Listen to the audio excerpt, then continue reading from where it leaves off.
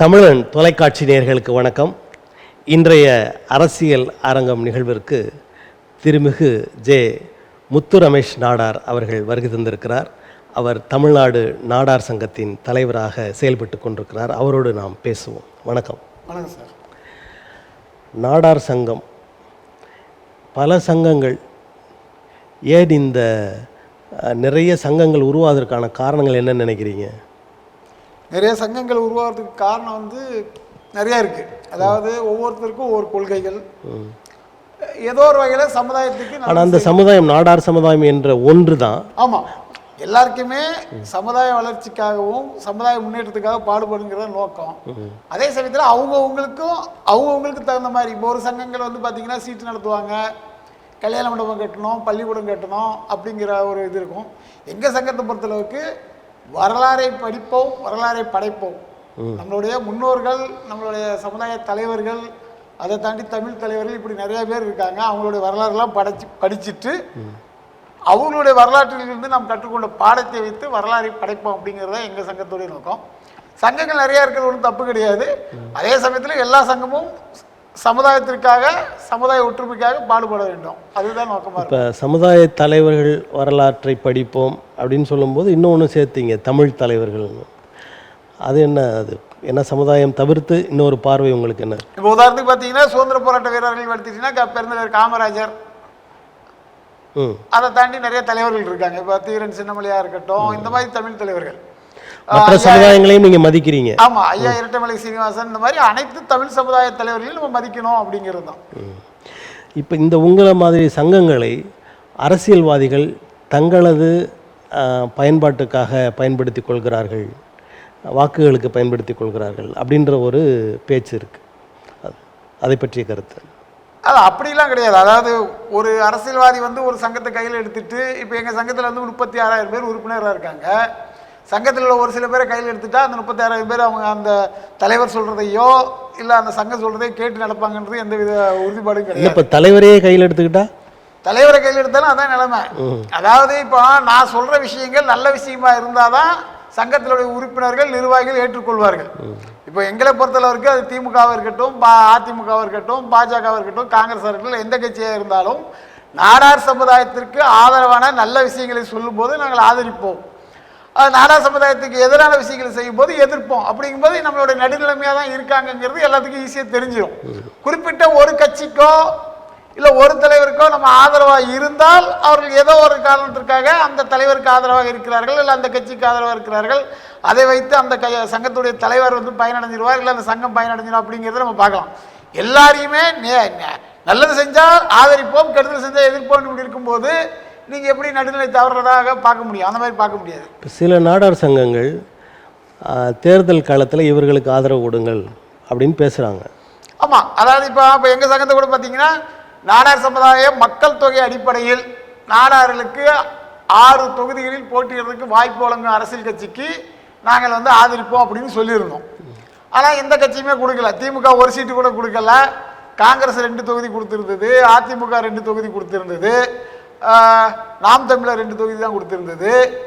இந்த அடிப்படையில் பார்க்கும்போது பாரதிய ஜனதா கட்சியுடைய கூட்டணி 5 தொகுதிகள் கொடுத்திருந்தது. அப்போ பாரதிய ஜனதா கூட்டணி வந்து 5 தொகுதி கொடுத்துருக்கு, நம்ம 6 தொகுதி கேட்டோம். அப்போ பிஜேபி கூட்டணி நம்ம ஆதரிக்கணும், நாடார்கள் போட்டி போடுற தொகுதியில் நம்ம ஆதரிக்கணும் அப்படிங்கிற அடிப்படையில் பிஜேபிக்கு நாங்கள் ஆதரவு கொடுத்தோம். அதாவது தமிழ்நாடு முழுவதுமாக நீங்கள் பாரதிய ஜனதா கட்சி ஆதரித்தீர்களா, அல்லது உங்கள் சமுதாய வேட்பாளர்கள் நிற்கும் இடங்களில் மட்டும் ஆதரவு தெரிவித்தீங்க? கரெக்டான கேள்வி. அதாவது இப்போ பார்த்தீங்கன்னா பாரதிய ஜனதா கட்சி வந்து திருநெல்வேலி தொகுதியில் நாடார் அதிகமாக இருக்கிற தொகுதியில் மாட்டு சமுதாயத்தை சேர்ந்த ஒரு வேட்பாளர் நிறுத்துறாங்க, அங்கே வந்து நாங்கள் ஆதரிக்கலை. அதே சமயத்தில் திண்டுக்கல்ல வந்து பாட்டாளி மக்கள் கட்சி சார்பாக பாஜக கூட்டணியில் திலகபாமா நின்னாங்க, அவங்களுக்கு ஆதரவு தெரிவித்தோம். தென் சென்னையில் வந்து முன்னாள் கவர்னர் தமிழிசை நின்னாங்க, அவங்களுக்கு ஆதரவு தெரிவித்தோம். வட சென்னையில் பால் கனகராஜ் சார் ஆதரித்தோம். இந்த மாதிரி இப்போ இது மாதிரி அல்லாமல் தொடர்ந்து ஒரே கட்சியின் கொள்கைகள் எங்களுக்கு பிடித்து விட்டது, அந்த ஒரு கட்சியை மட்டும் ஆதரிப்போம் என்று சொல்கிற சங்கங்கள் சில இருப்பதாக தெரிகிறது. அவர்கள் நிலையை பற்றி நீங்கள் என்னென்னு சொல்கிறீங்க? இல்லை, அவங்க வந்து குறிப்பிட்ட ஒரு அதிமுக இல்லை திமுக ஆளுங்கட்சிக்கோ எதிர்கட்சிக்கோ ஒரு நிலைப்பாடு எடுக்கும்போது நாளைக்கு அவங்க இப்போ உதாரணத்துக்கு இப்போ திமுகவை ஆதரிக்கக்கூடிய அரசியல் சங்கங்கள் இருக்கும்போது அவங்க ஆட்சியில் இருக்கும்போது நாடார் சமுதாய கோரிக்கைகளை அவர்களிடம் கொண்டு சென்று அதை பெற்றுத்தந்தால் உண்மையாலுமே அது வரவேற்க வேண்டிய விஷயம்தான். அவங்களுடைய சுயநலத்திற்காக அவங்க சுய லாபத்திற்காக ஆளுகின்ற அரசியல் கட்சியை ஆதரிக்கிறதுங்கிறது ஏற்றுக்கிட முடியாது. அந்த மாதிரி சங்கங்கள் வந்து மக்களால் நிராகரிக்கப்பட்டுருச்சு. நாடார் சங்கங்கள், குறிப்பாக நாடார்கள் வணிகத்தில் கொடிகட்டி பறக்கிறாங்க. இந்த வணிகத்தை காப்பாற்றிக் கொள்வதற்காக ஆண்டு கொண்டிருக்கிற கட்சிகள், அது ஒன்றியமானாலும் சரி, தமிழ்நாடு மாநிலமாக இருந்தாலும் சரி, அந்த ஆட்சியாளர்களோடு அவங்களோட சேர்ந்து பயணிக்கிறது, இல்லை அவங்களுக்கு ஆதரவாக செயல்படுவது போன்ற நிகழ்வுகள் நடக்கின்றன அப்படின்னு ஒரு கருத்து இருக்குது. இந்த கருத்து இல்லை, நிச்சயமாக. அதாவது இப்போ நாடார் சமுதாயம் வந்து மிகப்பெரிய சமுதாயம். இன்றைக்கி வந்து தமிழ்நாட்டில் அதிக சங்கங்கள், சுமார் 3000 சங்கங்கள் இருக்கிறதாக சொல்லப்படுகிறது. சென்னை புறநகரில் 500க்கும் மேற்பட்ட சங்கங்கள் இருக்கிறதாக சொல்லப்படுகிறது. அப்படி இருக்கும்போது சங்கங்கள் வந்து பெரிய சங்கங்கள் பார்த்தீங்கன்னா திருநெல்வேலி தட்சிண மாநகர சங்கம், மதுரை மகாஜன சங்கம், நெல்லை தூத்துக்குடி நாடார் மகமை பரிபாலன சங்கம், இப்படி பெரிய சங்கங்கள்லாம் கல்லூரிகள், பள்ளிகள், நிறையா சொத்துள்ள சங்கங்கள் இருக்கு இல்லையா, அவங்க எல்லாமே ஆளுங்கட்சிக்கு ஆதரவான நிலைப்பாடு தான் எல்லா டைம்லையும் எடுப்பாங்க. அது எந்த கட்சி ஆட்சிக்கு வந்தாலும் சரி, திமுக ஆட்சியில் இருந்தால் திமுகவுக்கு ஆதரவான நிலைப்பாடு எடுப்பாங்க, அதிமுக ஆட்சிக்கு வந்தால் அதிமுகவுக்கு ஆதரவான நிலைப்பாடு எடுப்பாங்க. அதுக்கு காரணம் நீங்கள் சொன்னது தான். ஆளுங்கட்சிக்கு சப்போர்ட்டாக இருந்தால் தான் நம்ம சமுதாயத்திற்கு தேவையான நல்ல விஷயங்களை, பள்ளிக்கூடங்கள் நடத்துகிறாங்க, பல்வேறு விஷயங்கள் நடத்துகிறாங்க. அப்போ அரசுடைய உதவி தேவைப்படும். அந்த உதவியை பெறுவதற்காக அவர்களுக்கு ஆளுங்கட்சிக்கு ஆதரவாக இருக்கிறார்கள். அது ஒன்றும் இருக்கிறது ஒன்றும் தப்பு கிடையாது.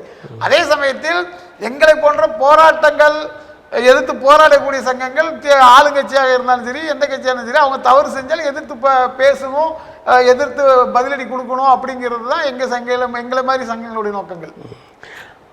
பாரதிய ஜனதா கட்சி தமிழ்நாட்டில் பல இடங்களில் தெரிகிற அளவிற்கு வருகின்ற நிலையில் நாடார்களிலேயே கிறித்தவ நாடார், இந்து நாடார் என்ற ஒரு பெரும் பிளவு உருவாக்கப்பட்டிருக்கிறது பாரதிய ஜனதாவால் அப்படின்ற ஒரு கருத்து இருக்கு. இல்லை, அது வந்து தவறான கருத்து. அதாவது பார்த்தீங்கன்னா இந்து நாடார் கிறிஸ்டின் நாடார் பிரச்சனை இருக்கிறதுங்கிறது உண்மைதான். ஆனால் அது முத ஆரம்பித்து வச்சது வந்து முன்னாள் முதல்வர் திமுக தலைவர் கலைஞர் கருணாநிதி அவர்கள் தான். அதாவது நாகர்கோவில் இடைத்தேர்தல் பெருந்தலைவர் காமராஜர் எலெக்ஷனில் நிற்கும்போது சிவகாமி மகனுக்கா உங்கள் ஓட்டு அல்லது மேரி மகனுக்கா உங்கள் ஓட்டு, வந்த நாடாருக்கா உங்கள் ஓட்டு அல்லது சொந்த நாடாருக்கா உங்களுக்கு ஒன்று ஓட்டான்னு சொல்லி கேட்டு இந்து நாடார் கிறிஸ்தவ நாடார் பிரிவினை ஏற்படுத்தினதே திமுக தலைவரும் முன்னாள் முதல்வருமான கலைஞர் கருணாநிதி அவர்கள் தான்.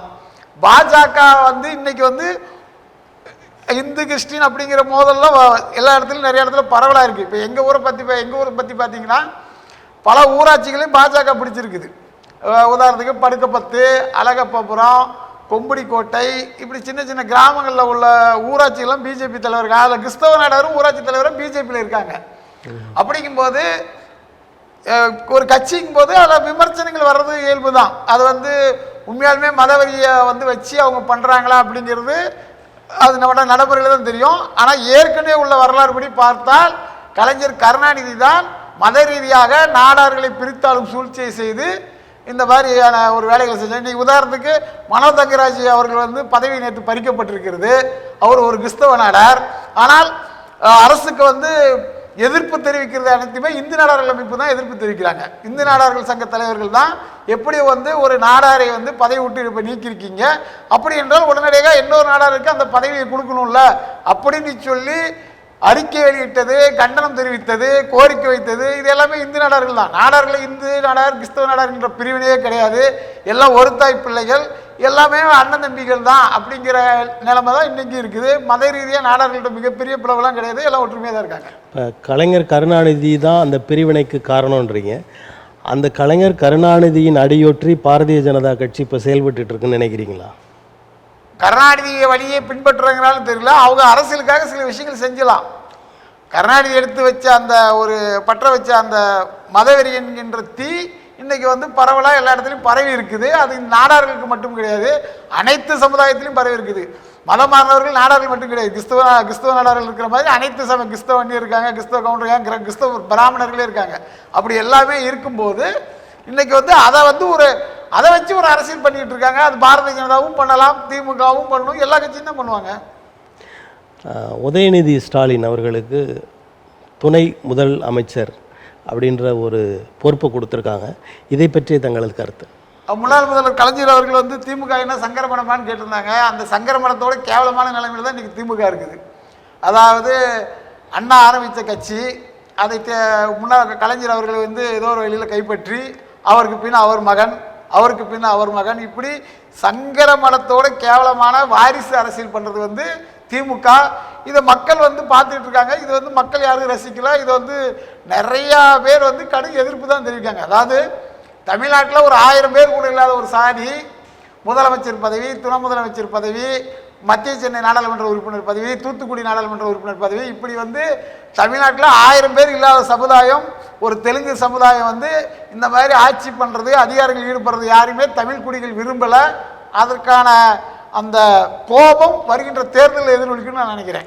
இப்போ நீங்கள் ஒரு பட்டியல் சொன்னீங்க, ஒரு சிறிய அளவிலான மக்கள் தொகை கொண்ட ஒரு சாதி. ஆனால் தூத்துக்குடி அதில் சேர்த்துட்டீங்களே. ஆமாம், தூத்துக்குடி. ஆமாங்க, அவங்க வந்து நாடார் அப்படின்ற இதில் தானே இருக்காங்க. அவங்க எப்படி நாடாரு? அவங்க நாடாருன்றது வந்து எப்படி ஏற்றுக்கிட முடியும்? கலைஞர் கருணாநிதி நாடார் என்றால் நீங்கள் சொல்கிற மாதிரி கனிமொழி நாடார்னு ஏற்றுக்கலாம். அது வந்து தவறான ஒரு பிரச்சாரம். கனிமொழி வந்து அவர்களுடைய அபிடவிட்ல மிக தெளிவாக கொடுத்துருக்காங்க. அவங்க வந்து இசைவல்லார் சாதி அப்படிங்கிறது. ஆனால் அவங்க நாடார்களுக்கு ஆதரவாக நிறைய செயல்பாடுகளை செய்கிறார் அப்படின்ற. நாடாருக்கு ஆதரவாக ஒன்றும் செய்யலை. அதாவது தூத்துக்குடி தொகுதியில் நிற்கும் போது அந்த தொகுதியில் பெரும்பான்மையாக இருக்கக்கூடிய நாடார்களுக்கு ஆதரவாக செயல்பட்டால் வாக்குகள் கிடைக்குங்கிற அடிப்படையில் ஒரு அரசியல் பண்ணுறாங்க. உதாரணத்துக்கு போன இந்த நாடாளுமன்ற தேர்தலுக்கு முந்தின நாடாளுமன்ற தேர்தலில் அவங்க ப்ரொஃபைலில் வச்சிருந்த பெரியார் படத்தை தூக்கி தூர போட்டுட்டு பனைமரத்தை வச்சாங்க. இதெல்லாம் வந்து நாடாளுடைய வாக்கு வங்கியை பிடிப்பதற்கான ஒரு யுக்தி. அரசியல்வாதி அப்படிங்கும்போது ஒரு தொகுதியில் எந்த சமுதாயம் பெரிய சமுதாயமோ அந்த சமுதாயத்துக்கு ஆதரவான ஒரு சில நிலைப்பாடுகள் எடுத்தால் தான் அவங்களை வெற்றி பெறது முடியும் அப்படிங்கிறது அவங்களுக்கு தெரியும். அந்த அடிப்படையில் அவங்க அப்படி செயல்படுறாங்க. ஆனால் அவங்க நாடாளுமன்ற உறுப்பினராகி ஒரு புரோஜனமும் தூத்துக்குடி தொகுதிக்கு இருந்த மாதிரி தெரியல. தூத்துக்குடி வந்து தமிழ்நாட்டில் ஒரு பின்தங்கிய நாடாளுமன்ற தொகுதியாக மாறிடுச்சு கனிமொழியால். இந்த அமைச்சரவை மாற்றத்தில் கோவிச்செழியன் அவர்களுக்கு உயர்கல்வித்துறை கொடுத்துருக்காங்க. சில நாட்களுக்கு முன்பு விடுதலை சிறுத்தைகளுக்கும் திமுகவுக்கு ஏற்பட்ட அந்த சில மனக்கசப்புகள் இவற்றையெல்லாம் நீக்குவதற்காக ஒரு பட்டியலினத்தவருக்கு ஒரு உயர் பொறுப்பை கொடுத்துருக்கிறார்கள் அப்படின்னு சொல்கிறாங்க. இது நீங்கள் எப்படி பார்க்குறீங்க? இல்லை, கொடுத்ததை நாங்கள் வரவேற்கிறோம். அதாவது ஒரு தாழ்த்தப்பட்ட சமுதாயத்தை சேர்ந்தவருக்கு வந்து உயர்கல்வித்துறை அமைச்சர் பதவி கொடுத்தது வரவேற்கிறோம். அதே சமயத்தில் இவங்க ஆட்சிக்கோ கூட்டணிக்கோ ஒரு நெருக்கடி வர்ற சமயத்தில் தான் இந்த மாதிரியான வேலைகளை செய்கிறார்கள். இவங்க வந்து அதை இயல்பாகவே செஞ்சுட்டு போக வேண்டியதானே. திமுகவில் இப்போ துரைமுருகன் அளவுக்கு கட்சியில் வந்து சீனியர் தலைவர்கள் நிறைய பேர் இருப்பாங்க. அது தாழ்த்தப்பட்ட சமுதாய மக்களும் இருப்பாங்க. அவங்களுக்கு ஒரு துணை முதல்வராச்சும் கொடுத்து அழகு பார்க்க வேண்டியதானே. அதையும் இவங்க செய்ய மாட்டேங்கிறாங்கிறது தான் கேள்வி. இது வந்து அவங்களுக்கு ஒரு நெருக்கடி வரும்போது திருமாவளவன் அவரை வச்சியாக இருக்கட்டும், இல்லை சாதி ரீதியான ஒரு சில நெருக்கடிகள் வரும்போது அதை சமாளிப்பதற்கு இந்த மாதிரியான வேலைகள் செய்வதுங்கிறது ஒன்றும் பெருசாக எடுபடாது. இப்போ திருமாவளவன் அவர்கள் மதுவிலக்கு மாநாடு, மகளிர் மதுவிலக்கு மாநாடு அந்த தேதி அறிவித்த பிறகு நிறைய பிரச்சனைகள்லாம் வருது. இந்த மதுவிலக்கை முழுவதுமாக நடைமுறைப்படுத்த முடியும் என்ற இருவேறு கருத்துக்கள் இருக்கிறது. இந்த கருத்துக்களில் எதை நீங்கள் ஆதரிக்கிறீங்க? 100% மதுவிலக்கை நடைமுறைப்படுத்த முடியும். அதை வந்து முன்னாள் முதல்வர்கள் ராஜாஜி செஞ்சிருக்காரு. பெருந்தலைவர் காமராஜர் ஆட்சி காலத்தில் நடைபெற்றிருக்கிறது. இப்போ சொல்லப்போனால் பெருந்தலைவர் காமராஜர் ஆட்சி காலத்தில் மது வருமானம் இல்லாமல் பல்வேறு அணைக்கட்டுகள், தொழிற்பேட்டைகள், தொழிற்சாலைகள், நிறைய பள்ளிக்கூடங்கள், மதிய உணவு திட்டம், இப்படி வந்து நிறைய உருவாக்கியிருக்காங்க. வெறும் 8 அமைச்சர் வச்சுக்கிட்டு. அப்போ வந்து மக்கள் தொகை கம்மி, அதை வச்சு மிக சிறப்பாக ஆட்சி செய்திருக்காங்க. அப்படி இருக்கும்போது இப்போது ஏன் நம்ம அதை செய்ய முடியாது? அதே 91 முன்னாள் முதல்வர் ஜெயலலிதா வந்தோடனே முதல்ல வந்து போட்ட கையெழுத்தே மதுவிலக்கு தான். அப்படி இருக்கும்போது இவர்கள் போன அதிமுக ஆட்சி காலத்தில் வந்து மதுவை ஒழிக்க வேண்டும், தமிழ்நாட்டிலேயே வந்து இளம் விதவைகள் அதிகமாக இருக்கிற மாநிலம் தமிழ்நாடு, இந்த மாதிரிலாம் சொல்லி அரசியல் பண்ணிட்டு இப்போ அவங்களும் மதுபான முதலாளிகளுக்கு அடிமைகளாக மதுவிலக்கை நடைமுறைப்படுத்த முடியாத ஒரு சூழலில் இருக்கிறார்கள். நிச்சயம் 100% மதுவிலக்கை கொண்டு வர முடியும். மதுவினால் வரக்கூடிய வருமானத்தை கல்லு போன்ற இயற்கை பானங்களிலிருந்து நம்ம உருவாக்க முடியும். கல் என்பதை நீங்க மதுவாக பார்க்கலையா? கல் வந்து மது கிடையாது, அது உணவின் ஒரு பகுதி. அப்படி பார்த்தா இளநீ ஒரு மதுவாயிரும். பழைய நீர்த்தண்ணி வீட்டில் குடிப்பாங்கல்ல, அது வந்து மதுவாயிரும். மோர் வந்து மதுவாயிரும். ஏன்னா இதுல எல்லாத்துலயும் ஆல்கஹால் இருக்கு. ஆல்கஹால் இருக்கிறது எல்லாமே மதுன்னு பார்த்தீங்கன்னா அப்போ நிறைய விஷயங்களை நம்ம மது பார்க்க வேண்டியது இருக்கு. ஆப்பிள் ஜூஸ்ல ஆல்கஹால் இருக்குது, அப்படி பார்க்கலாம். ஆனால் வந்து கல் வந்து வெறும் 4.2% ஆல்கஹால் இருக்கக்கூடிய ஒரு இது. அது உணவின் ஒரு பகுதி, உடம்புக்கு தேவையான இயற்கை தரக்கூடிய உற்சாக பானம். இது வந்து கல் வந்து இன்னைக்கோ நேத்தோ நம்ம வந்து ஆனா அரசு வந்து கல்லையும் மது என்ற நிலையில தானே வச்சிருக்காங்க. அரசு வந்து அவங்களுக்கு ஒரு சில தேவைகளுக்காக வச்சிருக்காங்க. இப்போ பீகார் முதல்வர் நிதிஷ்குமார் அவருடைய ஆட்சியில பூரண மதுவிலக்கு திட்டம் அமல்படுத்தியிருக்கிறாங்க. அதாவது இந்திய மதுபானங்கள் வெளிநாட்டு மதுபானங்களுக்கு 100% தடை. அதே சமயத்தில் இயற்கை தரக்கூடிய நீங்க சொல்றீங்களா கல்லுங்கிறத, அதுக்கு வந்து 100% அவங்களே இறக்கி விற்பனைக்கு அனுமதி கொடுத்துருக்காங்க. அது நடைமுறையில் இருக்குது. அதாவது வளராத மாநிலம் என்று சொல்லப்படுகின்ற பீகாரில் இதை நடைமுறைப்படுத்தி காட்டி பல ஆண்டுகளாக எந்த ஒரு பிரச்சனையும் இல்லாமல் விவசாயிகளுடைய வாழ்வாதாரம் உயரணும், பனை சார்ந்த தொழிலாளர்கள் வாழ்வாதாரம் முன்னேறணுங்கிற அடிப்படையில் இயற்கை தர உற்சாக பணத்தை மக்களும் குடித்து இயற்கையாக வளம் பெற வேண்டுங்கிற அடிப்படையில் நிதிஷ்குமார் அவர்கள் செயல்படுத்தியிருக்காங்க. ஆனால் அதே விஷயத்தை வளர்ந்த மாநிலம் என்று சொல்லக்கூடிய தமிழ்நாட்டில் இவங்களால நடைமுறைப்படுத்த முடியல. அதற்கு காரணம் தேர்தல் நேரங்களில் மக்களுக்கு வந்து ஓட்டுக்கு இவர்கள் வந்து கையூட்டு கொடுப்பதற்கு பெரிய பெரிய முதலீடு எளிதாக 100 கோடி 1000 கோடி 500 கோடி என்று பெற்றுக்கொள்ளலாம். ஆனால் ஏழை விவசாயி கல் விற்பனை செய்தால் அவர்கிட்ட போய் நம்ம 1000 ரூபா கூட வாங்க முடியாதுங்கிற அடிப்படையில் இவங்களுடைய சுய லாபத்திற்காக இவர்கள் மீண்டும் ஜெயிக்க வேண்டும் என்ற காரணத்திற்காக மதுவை, அதாவது கொஞ்சம் கொஞ்சமாக வெள்ளக்கூட இளைஞர்களை கொல்லக்கூடிய டாஸ்மாக் மதுபானம் என்கின்ற ரசாயன மதுபானத்தை விற்பனை செய்து வருகிறது. 100% கண்டிக்கத்தக்கது. தமிழ்நாட்டில் 100% மதுவிலக்கை அமல்படுத்த வேண்டும். இதுதான் எங்களுடைய கொள்கை. கல் வரலாம், ஆனால் வேற மதுக்கள் கல் வந்து எந்த ஒரு கெடுதலும் இல்லை சார். அது வந்து ஆக்சுவலாக கல், அது பேரே தப்பு. அது பேர் வந்து பனம்பால். எந்த ஒரு கலப்படமும் செய்யாமல் பனைமரத்திலிருந்து நேரடியாக வர்றதுக்கு பேர் பனம்பால். அந்த பனம்பாலில் வந்து எந்த கெடுதியும் கிடையாது, உடம்புக்கு நல்லது. சொல்லப்போனால் அதுக்கு நிறைய உடல்நிலை சரி செய்யக்கூடிய மருத்துவ குணம் கொண்டது அப்படிங்கிறத நிரூபிக்கப்பட்டிருக்கிறது. ஔவையார் அதிகமான காலத்திலே கல் இருக்குது. நம்மளுடைய பழைய தொல்காப்பியம் பல விஷயங்கள் இதிகாச புராணங்களில் இருக்கப்படுகிறது. அதே நம்ம இன்னைக்கு நேற்று உறுப்பினர் கலப்படம் கிடையாது, இயற்கை எண்ணெய் தரக்கூடிய ஒரு பால். நீங்கள் கலப்படம் இல்லை அப்படின்னு சொல்கிறீங்க. கல் வந்து நடைமுறையில் இருந்தபோது அதில் வந்து மாத்திரைகளை கலப்பது இந்த மாதிரியான செயல்பாடுகள் நடந்து கொண்டு அது ஒரு சில இடங்களில் நடக்கதான் சார். சரியா, இப்போ கள்ளச்சாராயத்தால் 100க்கும் மேற்பட்டவர்கள் இறந்து போனாங்க. அப்போ கள்ளச்சாராயம் வந்து உடம்புக்கு கெடுதல்னு சொல்லி தடை பண்ணுறாங்க இல்லையா, அது வந்து கரெக்ட். ஆனால் சாராயம் ஏன் விற்காங்க? அரசு எதுக்கு சாராயம் விற்கிது? அப்போ அரசு விற்கக்கூடிய சாராயத்தில் யாரும் சாகலையா? கொஞ்சம் கொஞ்சமாக கொல்லக்கூடிய விஷத்தை குடித்தால் நியாயம், உடனடியாக விஷத்தை கொடுத்து கொண்டால் தப்பு அப்படிங்கிற அடிப்படையில் இருக்குது. அப்படி கிடையாது. கலப்படம் வந்து எங்கேயோ ஒரு இடத்துல நடக்கும். அதை தடுக்கிறதுக்கு தானே அரசு இருக்குது, காவல்துறை இருக்குது. சும்மா பயணி இருக்கிறவங்கலாம் போய் கைவிட்டு பெற காவலர்கள் வந்து கலப்படம் செய்கிறவங்க வந்து இரும்பு கரை கொண்டு அடக்க வேண்டியதானே. இதில் என்ன தப்பு?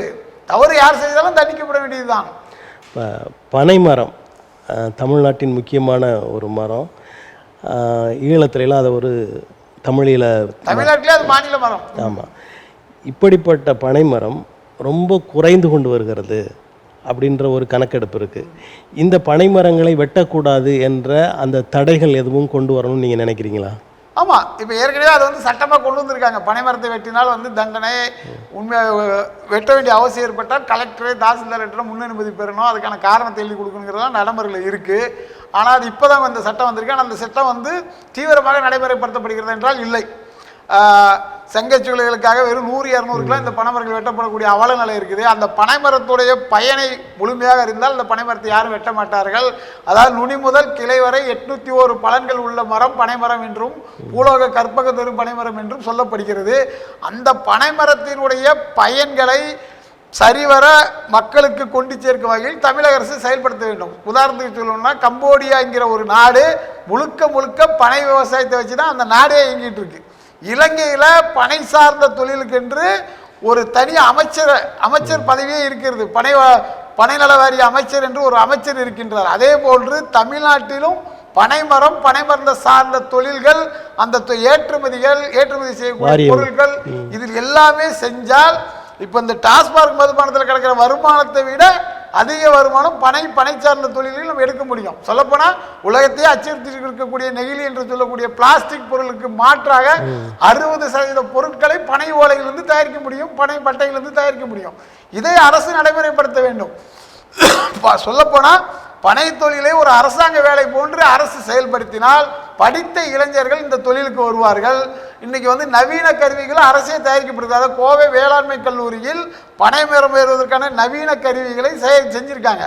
அந்த கருவிகளை மானிய விலையிலையோ அல்லது இலவசமாகவோ இந்த விவசாய தொழில் ஈடுபடுபவர்களுக்கு இலவசமாக வழங்கினால் இந்த தொழில் மிகப்பெரிய அளவுக்கு வளர்ச்சி அடையும். அதன் மூலம் பனைமரம் வெட்டப்படுவது தடுக்கப்படும், பனைமரங்கள் புதிதாக உருவாக்கப்படும்.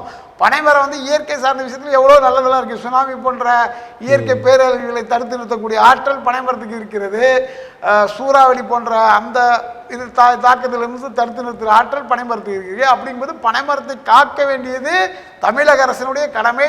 குறிப்பாக எப்படி வந்து ஒரு புலி வந்து தேசிய விலங்கு அதை நம்ம காப்பாற்றுறதுக்கு சட்டங்கள் இருக்கின்றதோ, எப்படி மயில் தேசிய பறவை அதை காப்பாற்றுறதுக்கு சட்டங்கள் இருக்கின்றதோ, அதே மாதிரி நமது மாநிலத்தினுடைய மரம் பனைமரம், தமிழ் தேசியத்தின் மரம் பனைமரம். அந்த அடிப்படையில் பனைமரத்தை இவர்கள் காக்க வேண்டும் அப்படிங்கிறது தான் ஒட்டுமொத்த தமிழக மக்களுடைய ஒரு எண்ணமாக இருக்கிறது. பனைமரம் நிறைய இந்த சூளைகளுக்கெல்லாம் வெட்டப்படுகிறது, அதை பாதுகாக்கணும்னு சொல்கிறீங்க.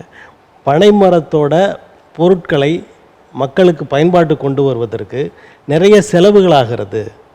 ஆகவே அதை விட்டு மாற்று பொருட்களை நாடுறாங்க.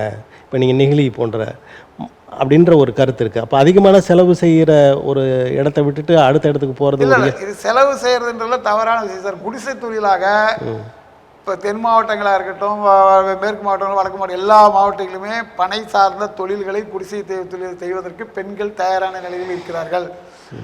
எல்லாருமே வந்து வீட்டில் வந்து நேரப்போக்குக்கு மிக எளிமையாக செய்யக்கூடிய ஒரு விஷயந்தான் பனை சார்ந்த தொழில்கள். இதை வந்து அரசு வந்து ஒரு விழிப்புணர்வு ஏற்படுத்தி அந்த பெண்கள் சுய உதவி குழுக்கெலாம் இருக்குல்ல, அதன் மூலம் இதெல்லாம் வந்து பர்ச்சேஸ் பண்ணி இல்லது ரேஷன் கடையில் வந்து இந்த பொருட்கள்லாம் பர்ச்சேஸ் பண்ணி விற்பனை செய்தாலே மிகப்பெரிய அளவிற்கு ஒரு பொருளாதாரத்தை ஈட்ட முடியும். இது வந்து மிக எளிமையான விஷயம்தான். இதுக்கு வந்து ரொம்ப கஷ்டமான வேலைலாம் கிடையாது.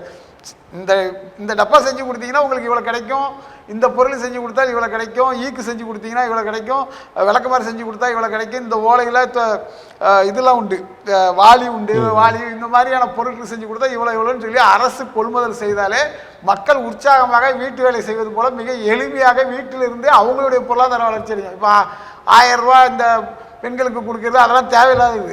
இந்த மாதிரி விஷயங்களை ஊக்கப்படுத்தினால அவங்க மாதம் 10,000 15,000 மிக எளிமையாக சம்பாதித்து விடுவார்கள். இப்போ அந்த மாதிரி செயல்பாடும் செய்கிறாங்கல்ல. இப்போ அந்த நுங்கம்பாக்கத்தில் தெரசா அவங்க பேரில் ஒரு நிறுவனம் இருக்குது. அது வந்து மிகப்பெரிய அளவில் இல்லை சார். சும்மா ஒரு குழுக்கள் ஒரு 20 பேர் 25 பேர் தான் செஞ்சுட்டு இருக்காங்க. தமிழ்நாட்டில் 1 கோடி பேர் செய்யக்கூடிய தொழில் சார் இது. கிட்டத்தட்ட 5 கோடி பனைமரங்கள் இருக்கிறதுன்னு சொல்லப்படுகிறது. உண்மையாக எவ்வளோ இருக்குன்றது கணக்கு தெரியல. 3 கோடியிலும் 5 கோடி இருக்குன்னு சொல்லுவாங்க. 5 கோடிங்கும் போது ஒரு 10 பனை மரத்திற்கு ஒரு பனை விவசாயி பயன்பெறுவார் என்றால் அப்போ எவ்வளோ பேர் பயன்பெறுவாங்கன்றது பார்க்க. ஒட்டுமொத்த தமிழகமே அதை வச்சு மிகப்பெரிய அளவு வளர்ச்சி படையக்கூடிய ஒரு இடத்துல இருக்குது. ஆனால் நீங்கள் சொல்கிற மாதிரி கண்காட்சி பொருள் போன்று சும்மா ஒரு அரிதான பொருள் போன்று தொப்பி குப்பி விளையாட்டு பொருட்கள் அது இதுன்னு சொல்லி இப்படி வச்சுருக்காங்களே தவிர அதை முழுமையான ஒரு செயல் திட்டம் கொண்டு வந்து ஆக்கப்பூர்வமாக சிந்தித்து தமிழ்நாட்டில் மட்டும் கிடையாது, இந்தியா முழுவதும் மட்டும் கிடையாது, உலகம் முழுவதும் இதை தொழிலாக செய்யலாம், அந்நிய செலவாணியை பல கோடி ரூபாய் ஈட்டலாம் அப்படிங்கிற அடிப்படையில் தமிழக அரசு செயல்படும். ஏன்னா அதிக அளவுக்கு இந்தியாவில் பனைமரம் இருக்கிறது தமிழ்நாட்டில் தான். குறிப்பாக செங்கல்பட்டு மாவட்டத்தில் அதிகமாக இருக்கிறது என்று சொல்லப்படுகிறது. தென் மாவட்டங்கள் கோவை, ஈரோடு, சேலம் போன்ற மாவட்டங்கள்லாம் அதிக அளவில் இருக்குது. இதை செய்யக்கூடிய தொழில்கள் வந்து இது அனைத்து சமுதாயம் செய்யக்கூடிய ஒரு தொழில், ஒரு குறிப்பிட்ட சமுதாயம் செய்கிற தொழிலாக பாவிக்கக்கூடாது. ஆனால் பனைமரனாவே நாடார் அப்படிங்கிற மாதிரி ஒரு மனநிலையை வந்து உருவாக்கி வச்சுருக்காங்க. அது தப்பு. தமிழ்நாட்டில் அனைத்து சமுதாயம் செய்யக்கூடிய தொழில் தான் பனைமர தொழில். அதை ஊக்கப்படுத்த வேண்டும். நடைபெற்று கொண்டிருக்கிற தமிழ்நாடு அரசு, திராவிட மாடல் அரசு, மக்கள் நலன் சார்ந்து புதிய திட்டங்களை அல்லது நல்ல திட்டங்களை செயல்படுத்தவில்லை அப்படின்னு நினைக்கிறீங்களா? ஆமாம், 100% செயல்படுத்தலை. எங்கேயும் செயல்படுத்தல. இப்போ பனை சார்ந்த தொழிலே எந்த ஒரு திட்டமும் கிடையாது. இவங்க என்ன நினைக்காங்க, இலவசமாக 1000 ரூபா கொடுத்துட்டு இருந்தா 500 ரூபா கொடுத்துட்டு இருந்தால் நமக்கு ஓட்டு கிடச்சிரும், மறுபடியும் நம்ம ஆட்சி வந்துடலாம் நினைக்காங்க. இந்த இலவசம்ன்றது சொல்கிறதே வந்து தப்பு. இலவசத்தெல்லாம் தூரம் தூக்கி போட்டுட்டு அவங்க அதாவது ஒரு பழமொழி உண்டு, அதாவது மீனை பிடித்து கொடுக்காதீங்க, மீன் பிடிக்க கற்றுக் கொடு, அப்போ வந்து அவன் வாழ்வாதாரம் முன்னேறிடும், அவன் வாழ்க்கையில் ஜெயிச்சிடும் அப்படிங்கிறது. அந்த அரசு மீன் பிடிக்க கற்றுக் கொடுக்காமல் இவர்கள் வந்து மீனை கொடுத்து மக்களை ஏமாற்றி வருகிறார்கள். அதனால் மக்கள் சோம்பேறி ஆகிவிடுவார்கள். அவர்கள் தொழில் என்பது மறந்து போகும். தொழிலை கற்றுக் கொடுத்தாலே அவன் 1000 பேருக்கு 1000 ரூபாய் இலவசமாக கொடுப்பான். அதை நடைமுறைப்படுத்தணும். அதுதான் இந்த அரசு செய்ய வேண்டியது. அதை இவர்கள் செய்ய தவறுகிறார்கள். அதை சரி செய்து கொண்டால் நல்லது. நடைபெற்று கொண்டிருக்கிற திராவிட மாடல் அரசு எல்லா துறைகளிலும் உயர்நிலையில் இருக்கிறது இந்தியாவை பொறுத்தவரை. அப்படின்ற போது அந்த நல்லாட்சி தானே அப்படின்ற சில கருத்துக்கள்லாம் இருக்குது. நீங்கள் எதிர்மாறாக சொல்கிறீங்களே. அதாவது திராவிட மாடல் இல்லாத ஒரு மாடலை சொல்வதே முதல்ல தப்பு. தமிழ்நாட்டில் இருந்து கொண்டு தமிழர் மாடல்னு சொல்கிறதுக்கு இவங்களுக்கு வந்து எந்த ஒரு அடிப்படை தகுதியும் கிடையாது. தகுதியும் இல்லாமல் உலகத்திலே இல்லாத ஒரு திராவிடங்கிற ஒரு வார்த்தையை பயன்படுத்திக்கிட்டு திராவிட மாடல் என்று சொல்வதே ஏமாற்று வேலை. இதிலிருந்தே தெரிகிறது அவர்கள் முழுக்க முழுக்க மக்களை ஏமாற்றுவதற்காக தான் திராவிட மாடல் என்று சொல்கிறார் என்று. தமிழர் மாடல் என்று சொன்னால் அல்லது தமிழன் மாடல் என்று சொன்னால் அவங்களுடைய வளர்ச்சி மிகப்பெரிய அளவில் இருக்கும். அதற்காக நிறைய மாடல்களை தமிழர்கள் உருவாக்கி வைத்திருக்கிறார்கள். நமது அரசர் காலத்திலிருந்து உருவாக்கப்பட்டிருக்கிறது. முந்தைய ஆட்சியாளர்கள் தமிழர்கள் ஆட்சி செய்யும்போது மிக தெளிவாக நல்ல ஆட்சிகளை செய்திருக்கிறார்கள். அதை இவர்கள் நடைமுறைப்படுத்த இல்லாத ஒரு மாடல் ஆட்சி என்றால் அது வந்து எந்த அளவுக்கு மோசமான ஆட்சியாக இருக்கும். தென்னாட்டில் உள்ள மொழிகள் சார்ந்து திராவிட மொழிகள், திராவிடம் அப்படின்ற ஒரு கருத்தியல். சார், தமிழ் மொழி தான் அனைத்து மொழிகளுக்கும் தாய்மொழி அப்படின்னு சொல்லப்படக்கூடிய சூழலில் தமிழில் இருந்து உருவாகிய மொழிகளை வைத்துக்கொண்டு யாரோ ஒருவர் தமிழ்நாட்டுக்கு வந்து அவர் வந்து திராவிட மொழி அப்படின்னு சொன்னதை வச்சுக்கிட்டு இவங்க கருத்து ரீதியாக ஒரு பொய் பித்தலாட்டைகள் செய்வது ஏற்றுக்கொள்ள முடியாது. அதாவது இந்த பொய் பித்தலாட்டைங்கிறது இப்போ நடக்கலை, முதல்ல நடந்துட்டு இருக்கு. அதாவது கிபிஏ விஸ்வநாத ஐயா வந்து தமிழர் கழகம் பேர் வைக்கணும்னு சொல்லும்போது தமிழர் கழகம் என்று பெயர் வைத்தால் உண்மையான தமிழர்கள் என்றாவது ஒரு நாள் விழித்து கொண்டு பெரியார், அண்ணா போன்ற மாற்று மொழியை சேர்ந்த திராவிட தலைவர் என்று சொல்லப்படுவதை அடித்து துரத்தி விடுவார்கள் என்ற அடிப்படையில் அவர்கள் வந்து மக்களை ஏமாற்றுவதற்காக திராவிடர் கழகம் என்கின்ற பெயரை சூட்டினார்கள் என்று சொல்கிறது வரலாறு.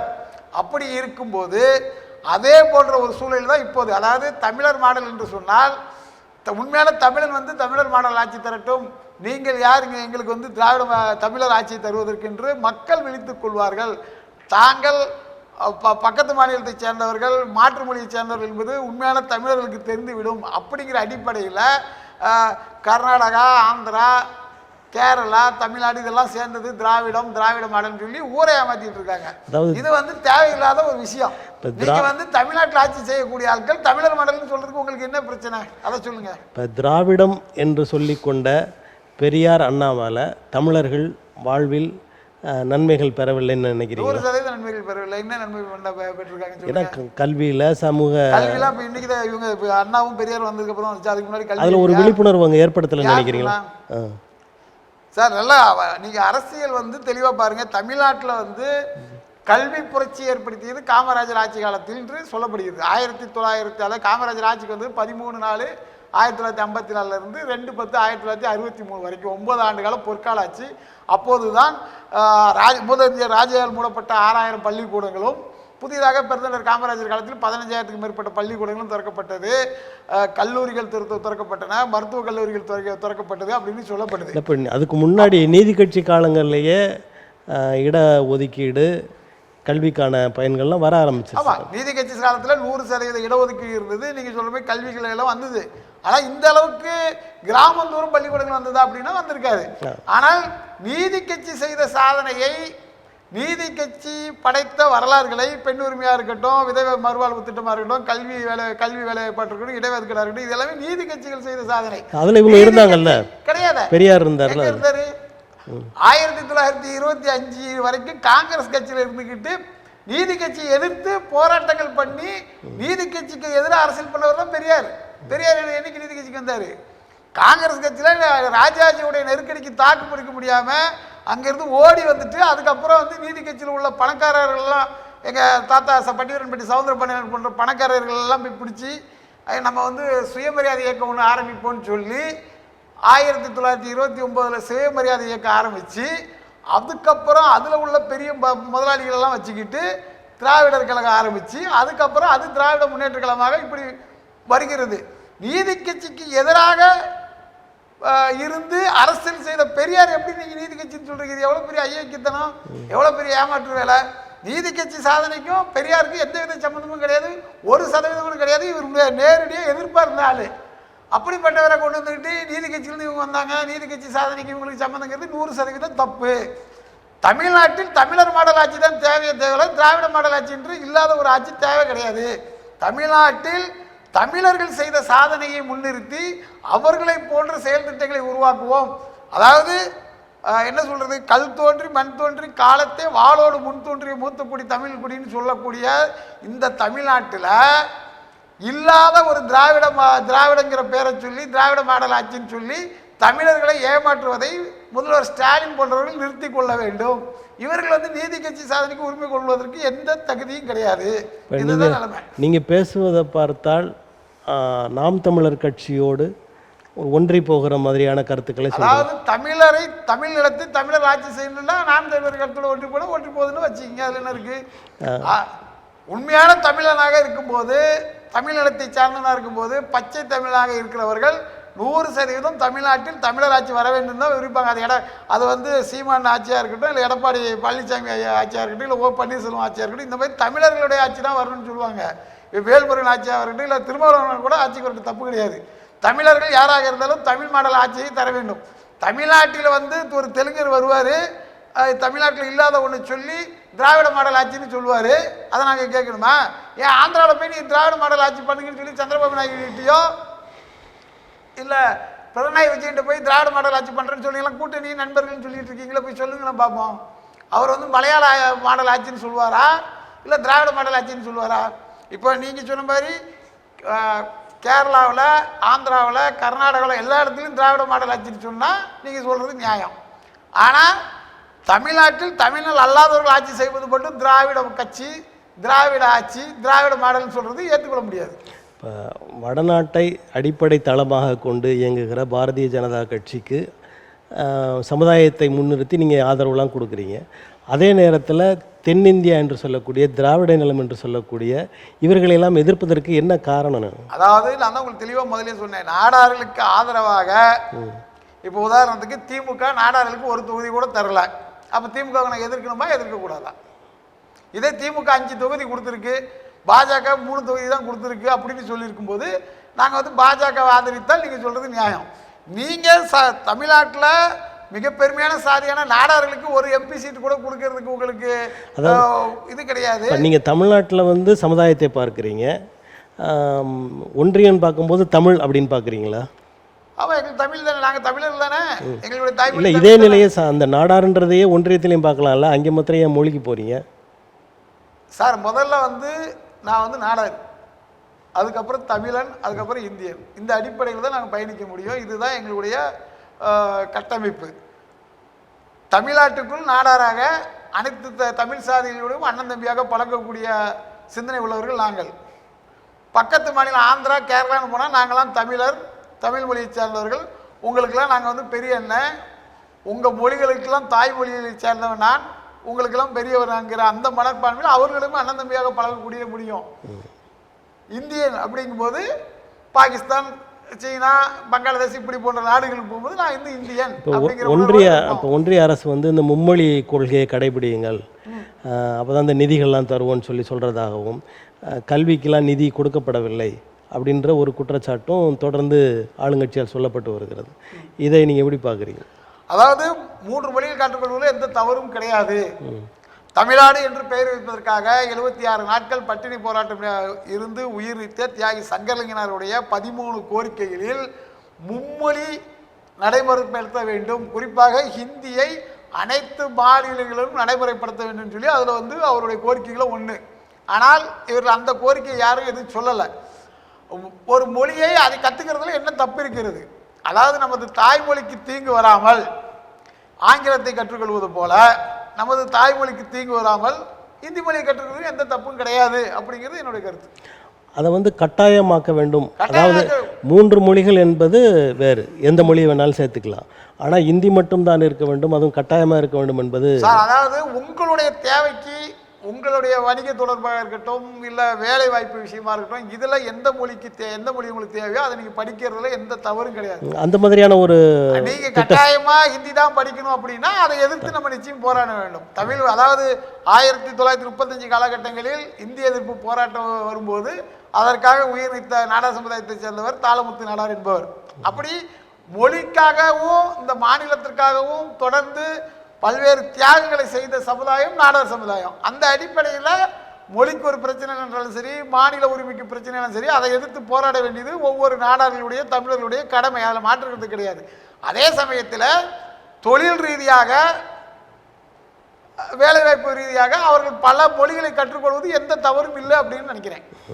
இப்போ மொழி சார்ந்து தமிழ்நாட்டில் ஒரு கட்சி நடக்கிறது, அது நாம் தமிழர் கட்சி என்று சொல்லப்படுகிற நிலையில் நீங்கள் அந்த கட்சியை ஆதரிப்பீங்களா? 100% ஆதரிப்போம். தமிழர்களுக்காகவும் தமிழர்கள் பயன்பெற வகையிலும் தமிழர்களுக்கான ஆட்சியை கொடுக்க வகையிலும் நாம் தமிழர்கள் எந்த கட்சி அதற்கான முன்னெடுப்பு ஈடுபட்டாலும் நிச்சயம் நாங்கள் ஆதரிப்போம் ஒரு தமிழனாக. அதில் எந்த வித மாற்று கருத்தும் எங்களுக்கு கிடையாது. இப்போது இன்னொரு தமிழர், அதுவும் திரைத்துறையில் கொடிகட்டி பறக்கிற ஒருவர் ஒரு கட்சியை தொடங்கி இருக்கிறார். இந்த கட்சி விஜய் அவர்கள் இது மாநாடு நடத்த போகிறது, அடுத்து தேர்தலில் களம் காண போகிறது. இவர்களுடைய நிலைப்பாடு எப்படி இருக்கும்? இவர்கள் வந்தால் தமிழகத்திற்கு நல்லது நடக்குமா? இல்லை, அவங்க நல்லது நடக்குமா, அவங்க கட்சி நிற்குமா நிற்காதா, இல்லை கமலஹாசன் மாதிரி ஒரு எலெக்ஷன் சந்திச்சுட்டு திமுக கூட கூட்டு நிற்பாங்களா, இல்லை அதிமுக கூட போய் சேருவாங்களா, ஒரு ராஜ்யசபா உறுப்பினருக்கு போய் அவங்கக்கிட்ட நிற்பாங்களா அப்படிங்கிறதெல்லாம் நம்ம போக போகிறதும் தெரியும். அவங்க கட்சியுடைய கொள்கை எதுவும் தெரியாது. அவங்களுடைய கொள்கையே இன்னும் அறிவிக்கல. ஒரு நடிகர், புகழ்பெற்ற நடிகர் கட்சி ஆரம்பிக்கிறார்ன்ற உடனே ஊடக வெளிச்சத்தில் அந்த கட்சி பேசப்படுகிறது. அந்த கட்சியுடைய கொடியை பற்றி ஒரு விமர்சனம், அந்த கொடியில் இருக்கிற கலரை பற்றி ஒரு விமர்சனம், அந்த கொடியில் இருக்கிற யானை ஆப்பிரிக்கா யானை, அதில் இருக்கிற பூ ஏதோ காய்கூ வாகைப்பூ கிடையாது, வாகைப்பூ இந்த மாதிரி இருக்கும் அந்த மாதிரி இருக்குன்னு சொல்லி இந்த விமர்சனங்களை நம்ம சமூக வலைதளங்களை பார்க்குறோம். இதே புகழ் பெறாத ஒருவர் இதே கொடியை வைத்து இதே பேரில் கட்சி ஆரம்பித்து பேசப்பட்டிருக்குமா? பேசப்பட்டிருக்காது. ஒரு பிரபலம் அப்படி ஆரம்பிக்கிறதுனால பேசப்படுகிறது. இது எல்லாமே அவங்க எடுக்கக்கூடிய ஒரு அரசியல் முன்னெடுப்புல தான் இருக்கு. இப்போ நடிகர்ல அரசியல் வெற்றி பெற்ற நடிகர் யாரு? எம்ஜிஆர்.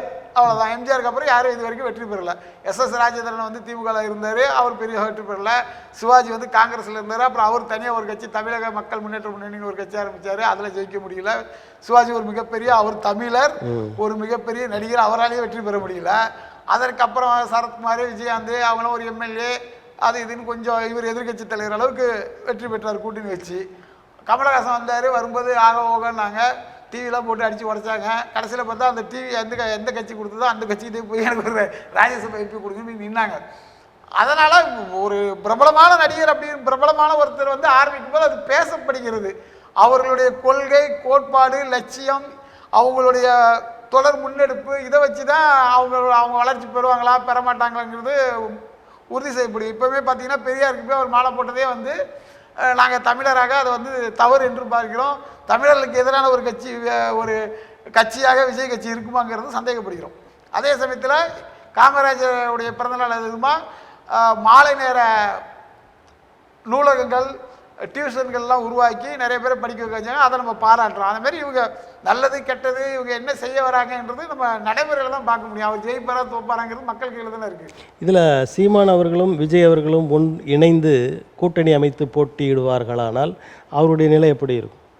என்னை பொறுத்தளவுக்கு சீமானை விஜய் கூட கூட்டணி வச்சு போட்டிடுங்கிற அவசியம் கிடையாது.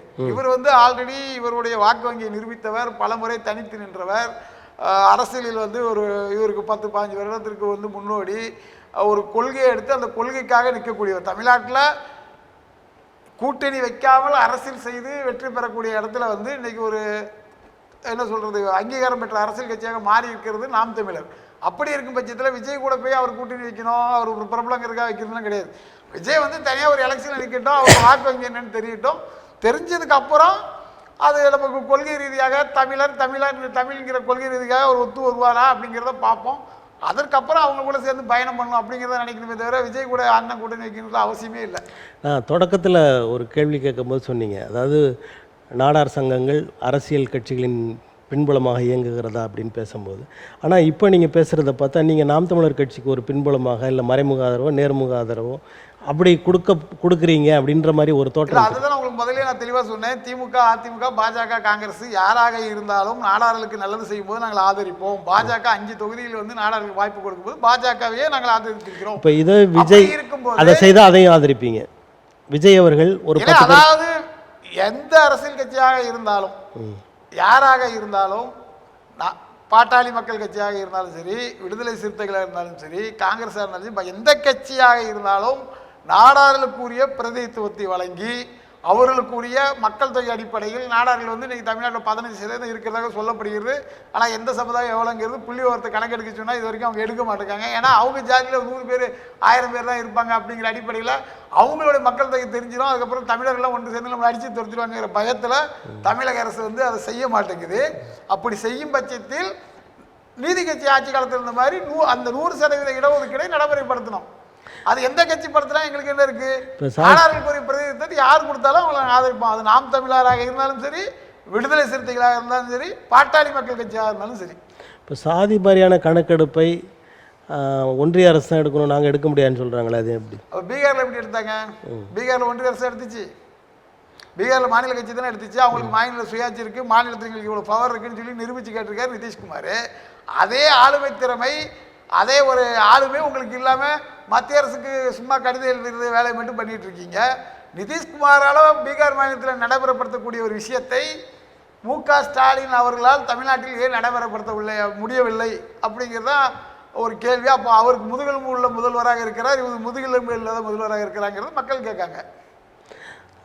தமிழ்நாட்டில் மீனவர்கள் அடிக்கடி, அதாவது இலங்கை கடற்படையால் பிடித்து செல்லப்படுகிறார்கள், தண்டம் செலுத்த சொல்கிறாங்க, சிறை பிடிக்கப்படுகிறார்கள். இது வந்து தொடர்ந்து நடந்து கொண்டே இருக்கிறது. இது வந்து இந்திய மீனவர்கள் என்று பாராது தமிழ் மீனவர்கள் என்று பார்க்கிறார்கள் அப்படின்ற ஒரு இதுவும் உண்டு. இதை பற்றி உங்களுக்கு கருத்து? அதாவது இப்போ தமிழ்நாட்டு மீனவர்கள் இந்திய மீனவர்கள் தான், அதில் எந்த ஒரு மாற்று கருத்தும் கிடையாது. தமிழக மீனவர்களை இந்திய மீனவர்களாக இந்திய அரசு பார்க்க வேண்டும். இந்திய மீனவர்கள் வந்து இப்போ உதாரணத்துக்கு குஜராத்தை சேர்ந்த ஒரு மீனவர் வந்து பக்கத்து நாட்டில் பிடிக்கும்போது எந்த அளவுக்கு அவசர கால நடவடிக்கை, போர்க்கால அடிப்படையில் நடவடிக்கை எடுக்கப்படுகிறதோ அதே போன்ற ஒரு நடவடிக்கை தமிழக மீனவர்களுக்கு எடுக்க வேண்டும்.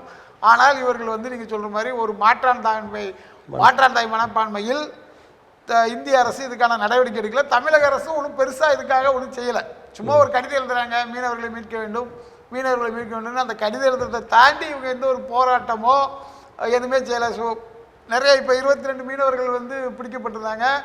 பிடிக்கப்பட்டது இல்லாமல் அவங்களுக்கு வந்து ஒவ்வொருத்தருக்கும் என்னது 1 கோடி ரூபா வந்து தண்டம் விதிச்சிருக்காங்க. இதெல்லாம் வந்து எந்த விதத்தில் நியாயம்னு தெரியல. கடலில் என்ன ஒரு பாலமாக கட்ட முடியும்? இது வரைக்கும் இந்தியா இது, அந்த சைடு வந்து இலங்கை இது.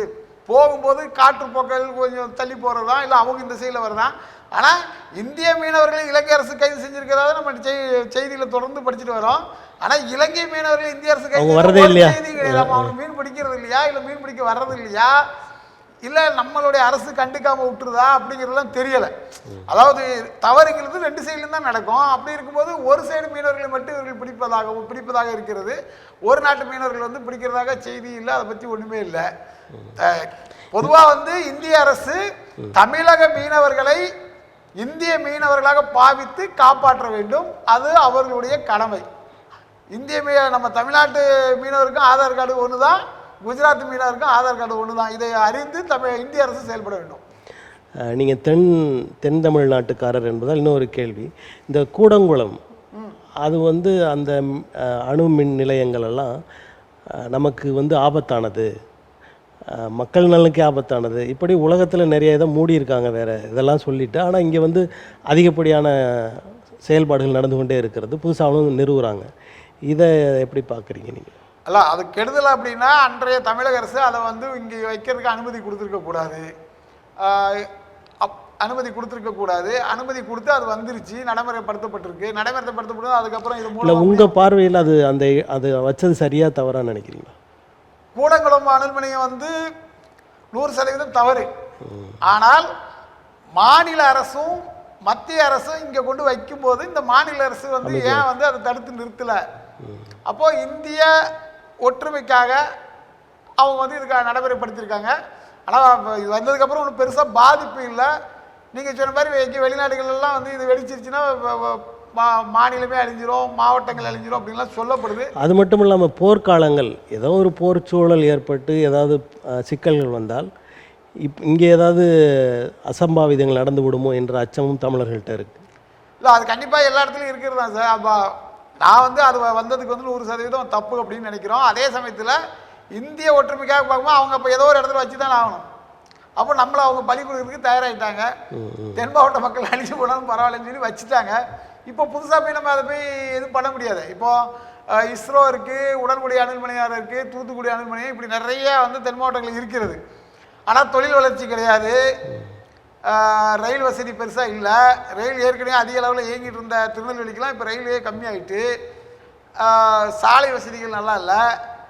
இந்த மாதிரியான விஷயங்களில் வந்து இந்த இஸ்ரோ போன்றது, கூடங்குளம் போன்ற திட்டங்கள் வரும்போது அந்த பகுதிகளை டெவலப்மெண்ட் பண்ணுறதுக்கு வளர்ச்சிக்கான திட்டங்களையும் இவங்க கொடுக்கணும்ல. அதை வந்து மத்திய அரசும் கொடுக்கறது கிடையாது, மாநில அரசும் கொடுக்கறது கிடையாது.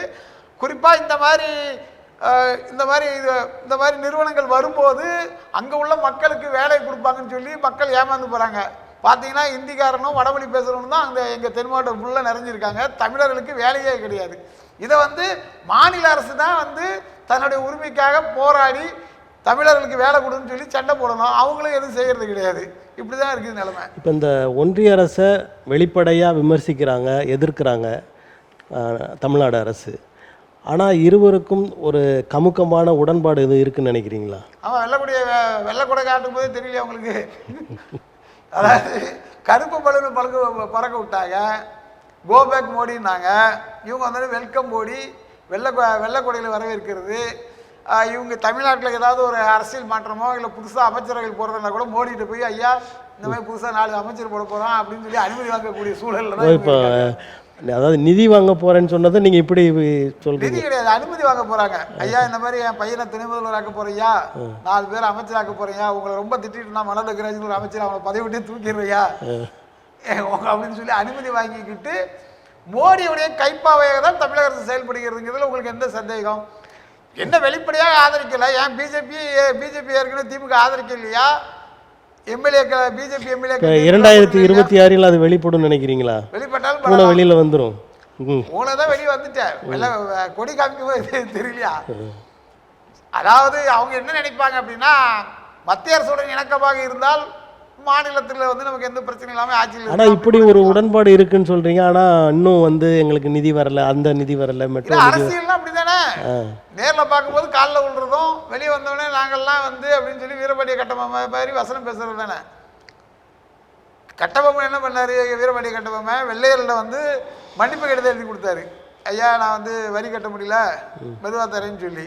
அந்த மாதிரி இவங்க அங்கே போயிட்டு எதுனாலும் உங்களுக்கு நாங்கள் ஆதரவாக இருப்போம், நீங்கள் ஒரு சட்டம் ஏற்றினா கூட நாங்கள் வெளியில் போயிடுவோம், ஓட்டு உங்களுக்கும் போட மாட்டோம் அவங்களுக்கும் போட மாட்டோம், இந்த மாதிரியான ஆதரவுகள்லாம் உங்களுக்கு தரேன். எங்கிட்ட 23 எம்எல்ஏக்கள் எம்பிக்கள் இருக்கிறார்கள், நாங்கள் உங்களை முழுசாக ஆதரிக்கக்கூடிய ஆட்கள், அதனால் எங்களை கை விட்டுறாதீங்க, எங்களுக்கு எதுனாலும் நீங்கள் செய்யுங்க அப்படிங்கிறது தானே. இப்போ தமிழர்கள் என்ற நிலையில், மொழி சார்ந்து நீங்களும் தமிழர்கள் என்ற நிலையில், கோயம்புத்தூரில் இந்த நிர்மலா சீதாராமனுக்கும் அன்னபூர்ணா அந்த ஓனருக்கும் ஒரு சிக்கல் நடந்தது, மன்னிப்பு கேட்க வச்சாங்க அப்படின்ற மாதிரிலாம். இதை எப்படி பார்க்குறீங்க? 2 பேருமே தமிழர் அல்லாதவர்கள், 2 பேரும் சண்டை போட்டுக்கிறாங்க. இதில் நம்ம தமிழர்கள் வேடிக்கை பார்த்துக்க வேண்டியதான். இவர் அன்னபூர்ணா தமிழர் கிடையாது, அதனால சமுதாயத்தை சேர்ந்த தமிழரா, அதனால எது போனாலும் போயிட்டு போது நம்ம வேடிக்கை பார்க்கணும். எல்லாம் ஒரு நாடகம் சார். அதாவது நிர்மலா சீதாராமனை எதிர்த்து இவர் மட்டும் ஏன் கேள்வி கேட்காரு? எல்லாமே வந்து செட்டிங் தான், ஆக்ஷன் கட்டு தான். டைரக்டர் வந்து நீங்க கேள்வி கேட்குற மாதிரி கேளுங்க, இது ஒரு இஷ்யூ ஆகுவோம், ஒரு நாடகம் தான். நாடகங்கள் அரங்கேற்றுகிறது, அவ்வளவுதான். நல்ல வேளை அதில் வந்து தமிழ் சமுதாயத்தை சேர்ந்த ஒரு ஹோட்டல் அதிபர் வந்து எழுந்துட்டு அந்த நாடகத்தில் இடம்பெறலைங்கிறது சந்தோஷமான விஷயம். இப்போ ஒன்றிய அரசு தொடர்ந்து தமிழ்நாட்டை புறக்கணிக்கிறது அப்படின்னு சொல்கிறாங்க. உங்களுடைய பேச்சுகளிலும் அது சில இடங்களில் தென்படுகிறது. அது உண்மைதானா? ஏன்னா ஒன்றிய அரசு சில நேரங்களில் புறக்கணிக்கிறாங்க, சில விஷயங்களில் நமக்கு செய்யதான் செய்கிறாங்க. இது எப்படி பார்க்கணும்னா, வடநாட்டோட கம்பேர் பண்ணும்போது தமிழ்நாட்டுக்கு வந்து அவங்களுடைய சேவைகள், அவங்களுடைய பண உதவிகள் ரொம்ப குறைச்சலாக இருக்குது.